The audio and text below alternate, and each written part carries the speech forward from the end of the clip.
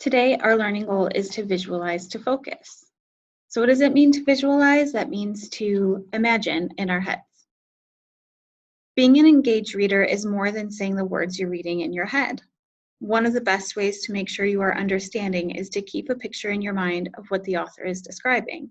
As the characters move, make a movie in your head to match what you're reading.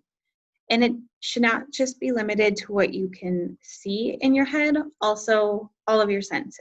What you can hear, what you can feel, what you can smell, and taste. I think I got all 5. Okay, if you are reading and this does not happen naturally, then we're going to make it happen. We're going to pause and think about what you just read.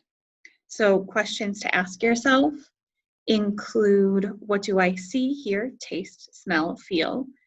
Can I describe this picture in detail? So if you have been reading for a little while and you pull away and you can't picture where the characters are, what they're doing, are they in a bedroom, a classroom, a field, a mall? If you don't know where they are, go back and reread.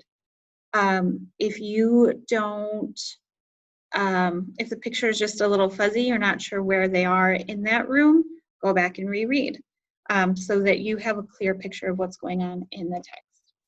Here we are. All right, so here's an example of the text that we are going to be reading. This is on Common Lit, Marigolds. All right, I have started taking annotations, which annotations is a really fancy way of saying notes. That's the way notes come from, is the word annotations. Okay. So right here, I am, in order to help me visualize, I have highlighted in this first paragraph the words that help me visualize, that appeal to my senses. This word in literary terms is called imagery. When I think of the hometown of my youth, all that I seem to remember is dust, the brown, crumbly dust of late summer, arid, sterile dust that gets into the eyes and makes them water, gets into the throat and between the toes of bare brown feet. Okay, I stop, and as I think, I made this notation, there's all this repetition of the word dust.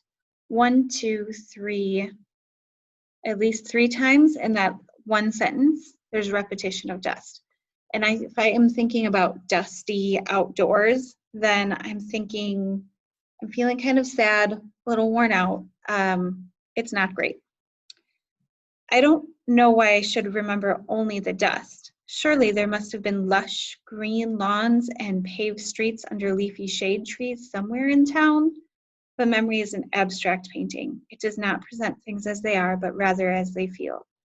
And so when I think of that time and that place, I remember only the dry September of the dirt roads and grassless yards of the shanty town where I lived. And one other thing I remember, another incongruency of memory, a brilliant splash of sunny yellow against the dust, Miss Lottie's marigolds. So I'm going to go back, and we have dust, dust, and more dust. Lush green. Green often symbolizes life, renewal, freshness, hope, spring. She remembers none of that. She doesn't remember any lush spring in her youth. She just remembers dust. Other things I've noted, things that I can see, she lives in a shanty town is how she was describing the yards. So small shack-like houses. She seems to be poor. I already have that figured out. And then all of a sudden I have this great sentence. A brilliant splash of sunny yellow against the dust, Miss Lottie's marigolds. The word splash, I think of the word splash and I think kids splashing water. It's a lively word.